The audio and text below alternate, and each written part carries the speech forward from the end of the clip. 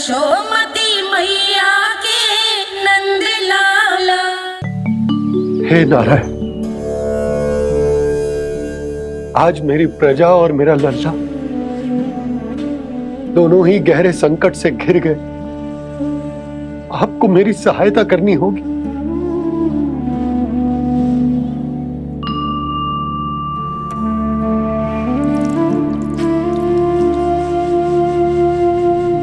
प्रभु, पिता होने का कर्तव्य मुझे एक दिशा में धकेल रहे है तो राजा होने का उत्तरदायित्व वो मुझे दूसरी दिशा में खींच रो। इस भीषण संकट में मैं क्या करूं? मैं इस संकट में अपनी प्रजा का साथ भी ना छोड़ सकता हूं और ना ही अपने लल्ला को उस नरभक्षी सिंह की मान में भेज सकता हूं। आप ही को इस समस्या का समाधान निकालना होगा। जय शालिग्राम मुझे मेरे मैया बाबा ने दिया था और उन्होंने कही थी कि जब भी कोई संकट आएगा ना प्रभु, तो इसके रूप में आप मेरा हाथ पकड़ लोगे और मुझे बताओगे कि क्या करना है, कैसे करना है। आज मुझे आपके मार्गदर्शन की आवश्यकता है प्रभु। मुझे मार्ग दिखाइए। बाबा और राजा होने की सुविधा में मैं फटा जा रहा हूं। मेरे इस धर्म की नौका जो झंझावात में फंस गई है, उसे पार लगाइए नारायण। रक्षा कीजिए नारायण।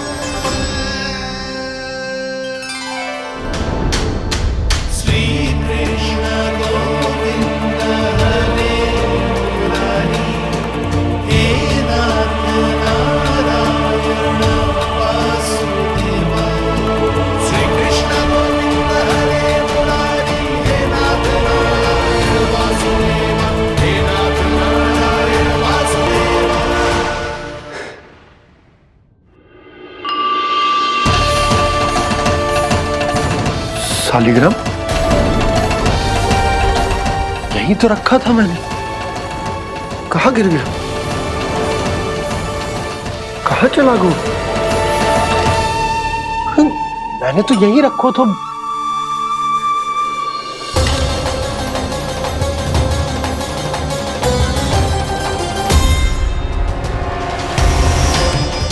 कान्हा, तू यहाँ क्या कर रहा है?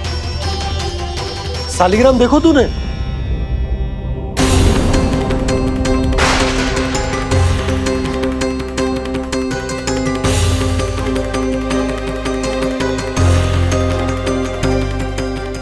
तेरे मुंह में क्या है? कान्हा, कहीं तूने शालिग्राम मुंह में तो ना ले लियो? हे नारायण, क्षमा करना, अबोध बालक। जी क्या करो कान्हा तूने? बाहर निकाल शालिग्राम। लल्ला, जी अनुचित है। यदि वो तेरे कंठ में चला जाएगा तो तेरी सांस। लल्ला, ला बाहर निकाल। अच्छो बालक है ना तू? हाँ, ला। अरे तेरी मैया को पता चलेगा ना तो वो कहेगी कि ना तो प्रजा का ध्यान रख सकते हो ना ही अपने लल्ला का। लोभ के फंदे में चारों ओर से जकड़ गए थे हम। भविष्य के स्वप्न देखते देखते अपने जीवन का सबसे बड़ा भूल किया है हमने। यशोदा और नंद भैया ने आप सबको समझाने का कितना प्रयास किया था, और यहाँ तक कि छोटे कान्हा ने भी हमें कितना समझाया, लेकिन हमने उस दुष्ट व्यापारी को अपना सारा वचन दे दिया। मुझे तो सबसे पहले अपने घर में बिठा कर ही समझाया था उन दोनों ने।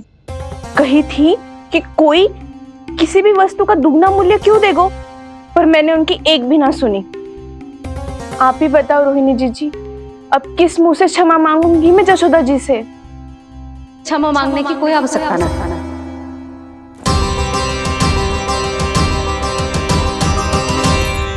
महत्वपूर्ण बात तो ये है कि तुम सबको अपनी भूल का आभास होगा और उसका पछतावा भी। पर अब तो बहुत देर हो गई है जसोदा जी, अब क्या होगा? जिस सुनहरे भविष्य के लिए हमने उस कपटी व्यापारी के सामने अपने नारायण के नाम का वचन दिया था, उसने वही भविष्य लेके राजा कंस के पांव के नीचे रख दियो है। संतुष्ट सुखी जीवन जी रहे थे हम। बछड़ों को उनके भाग का दूध मिलता था।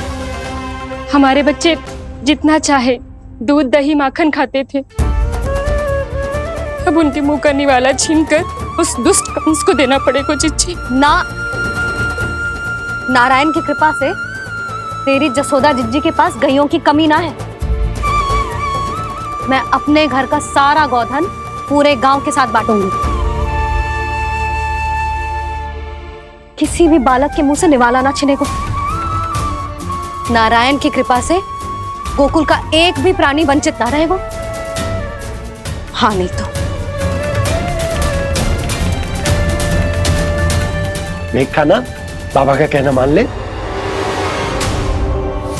कान्हा, तुझे नारायण की सौगंध है, वो शालिग्राम मुझे दे दे।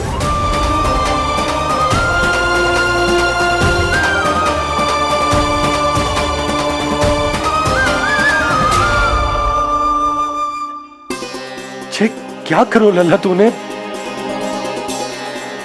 ऐसे भी कोई कर तो है क्या लल्ला? मैं पहले से ही तुझे लेकर कितना चिंतित हूं। अच्छा पता है तुझे?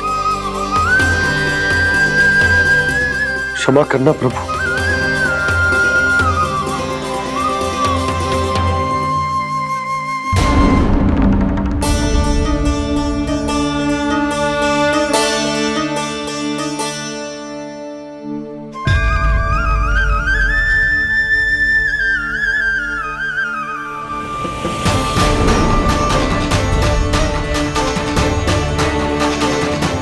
ये क्या कर रहे हो लल्ला? नारायण की मूर्ति कहाँ गई?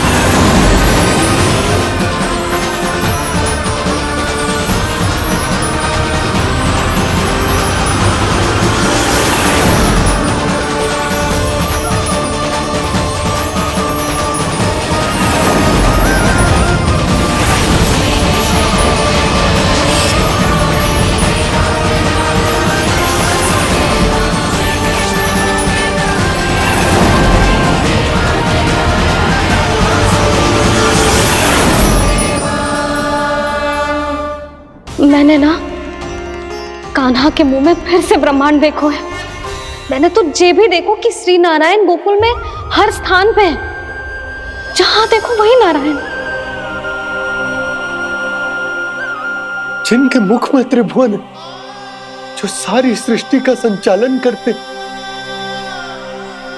मैं उन्हीं की चिंता कर रहा था।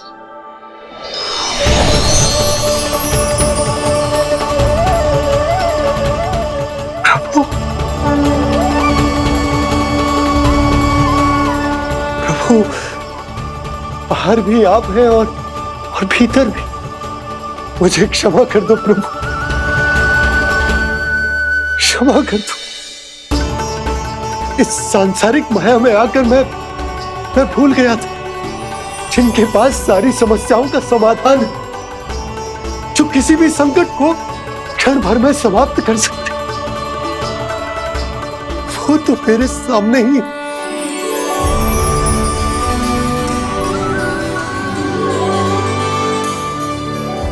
समस्या कैसी भी क्यों ना हो, चिंता समाधान नहीं, बाधा होती है। इसलिए चिंता मत कीजिए बाबा। मैं तो सदैव ही कहता हूं, मनुष्य को कठिन से कठिन परिस्थिति में भी चिंता से दूर ही रहना चाहिए। यदि व्यक्ति अपना सारा ध्यान अपने कर्मों को पूरा करने पर लगाए, तो वो बड़े से बड़े संकट का सामना भी सहज ही कर सकता है।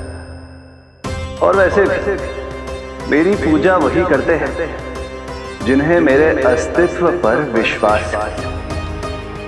इसीलिए उन्हें भी ये विश्वास अवश्य रखना चाहिए कि मैं अपने भक्तों का साथ अवश्य देता हूं, सदैव, हर परिस्थिति में।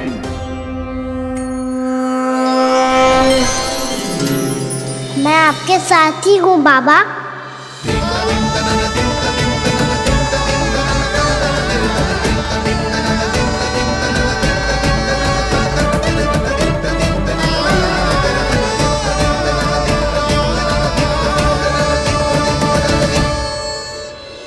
जीवन भर उसके साथ व्यापार करने को वचन दियो है, उसका क्या जशोदा?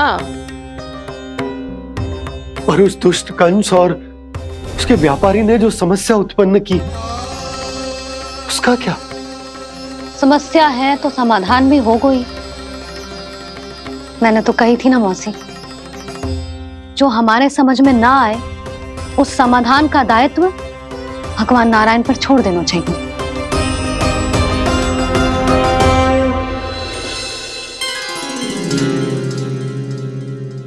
ये देखो,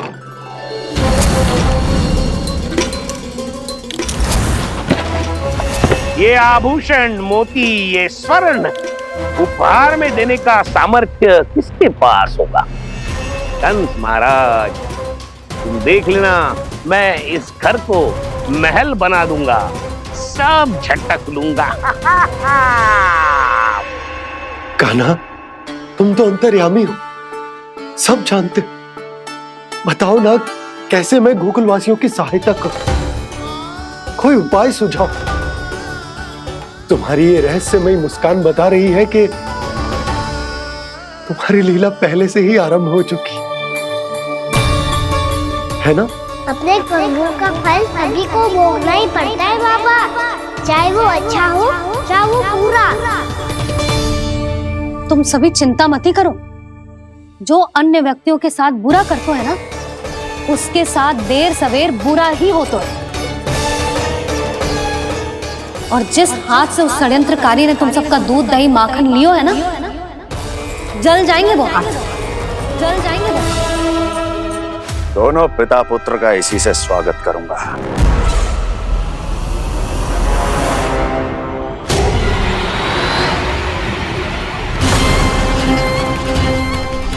अचानक गदा में ताप कैसा?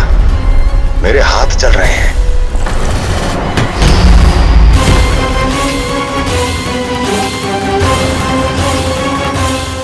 और वो व्यापारी जो तुम सबके शांत जीवन में भूचाल बन के आओ है, स्वयं शांति से थोड़े ना बैठ पाएगा। अरे उसके जीवन में उस षड्यंत्र से बहुत अधिक भयंकर भूचाल आएगा।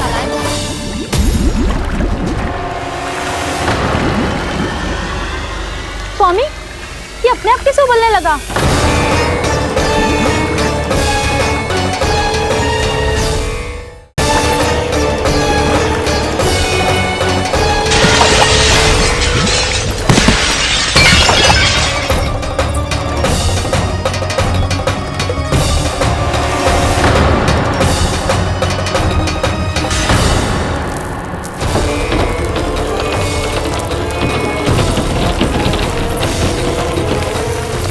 स्वामी, आप इस घर को महल बनाने का स्वप्न देख रहे थे, लेकिन ये खंडर बन गया। आप जिसके साथ मैत्री का संबंध स्थापित करके आए, वो कोई महान सम्राट नहीं, दुष्ट है। दुष्ट? उस व्यापारी ने दुष्ट कंस के साथ मिलकर भोले भाले गांव वालों का भोजन छीनो है ना, देखना उन दोनों के भोजन में कीड़े पड़ेंगे।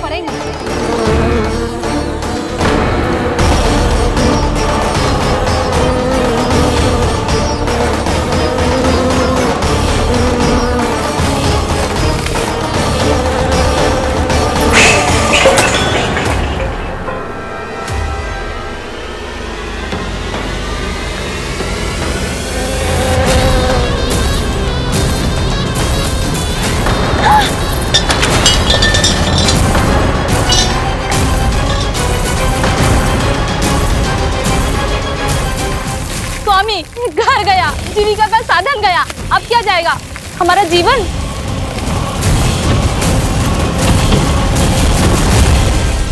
महाराज कंस का उपहार, आभूषण वाला संदूक। उन दोनों ने मिलकर तुम सबका दूध दही माखन सच्चा धन छीनने का प्रयास करो, है ना? अब देखना, उन दोनों का धन, उनके आभूषण सब लोहे के बन जाएंगे, कंकड़ पत्थर हो जाएंगे सब, कंकड़ पत्थर हो जाएंगे सब। ऐसा ही होगा मैया।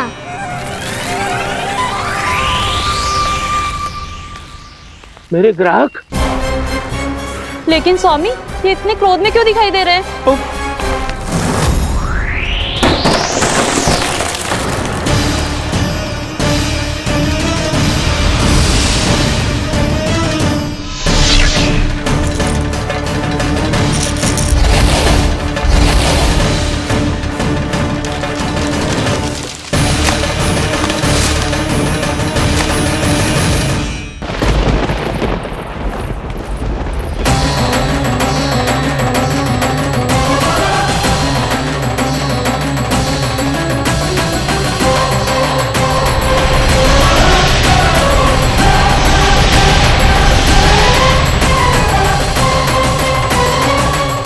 विष्णु विष्णु ने किया है ये सब।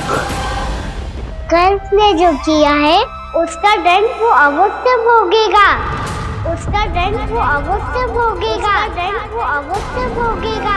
किसने कहा ये? किसने कहा ये? किसने कहा? मैंने पूछा किसने कहा ये? तुम जिसे ढूंढ रहे हो वो मैं हूँ, विष्णु अवतार। क्या चाहता है तू? तुम्हारे युद्ध मुझसे था कंस, और मेरे भोले भाले भक्तों को अपने जाल में फंसाकर तुमने सारी सीमाएं पार कर दी। अब जब तक तुम गोकुल के ग्वालों को अनुचित प्रकार के अत्याचार से मुक्त नहीं कर देते, तुम्हारा और अन्य सभी षड्यंत्रकारियों का सामर्थ्य, वैभव, बल सब कुछ नष्ट होता चली जाएगा, और तब तक अपने पूर्व रूप में वापस नहीं आएगा जब तक तुम उन निर्दोषों को जीवन यापन का अधिकार लौटा नहीं देते।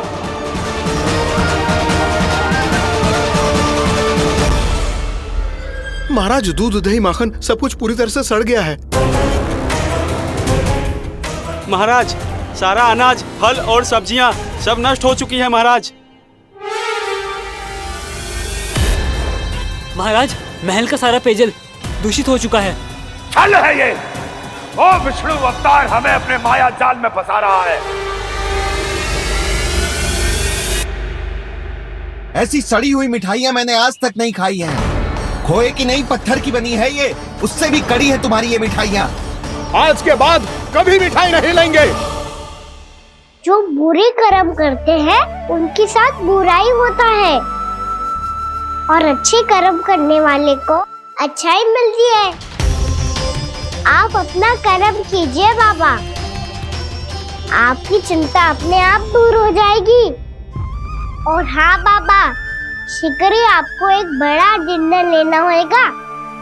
स्मरण रखिएगा, जो होता है वो अच्छे के लिए होता है।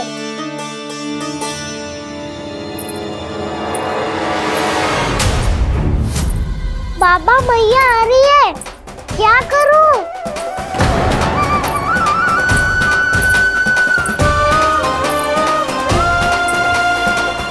कुछ सुझाव दो ना बाबा, जिससे मैया मुझे ऐसे नहीं देख पाए।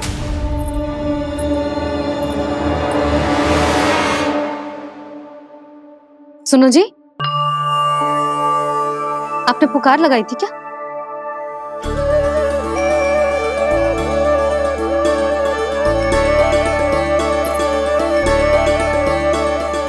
तुम मुस्कुरा क्यों रहे हो?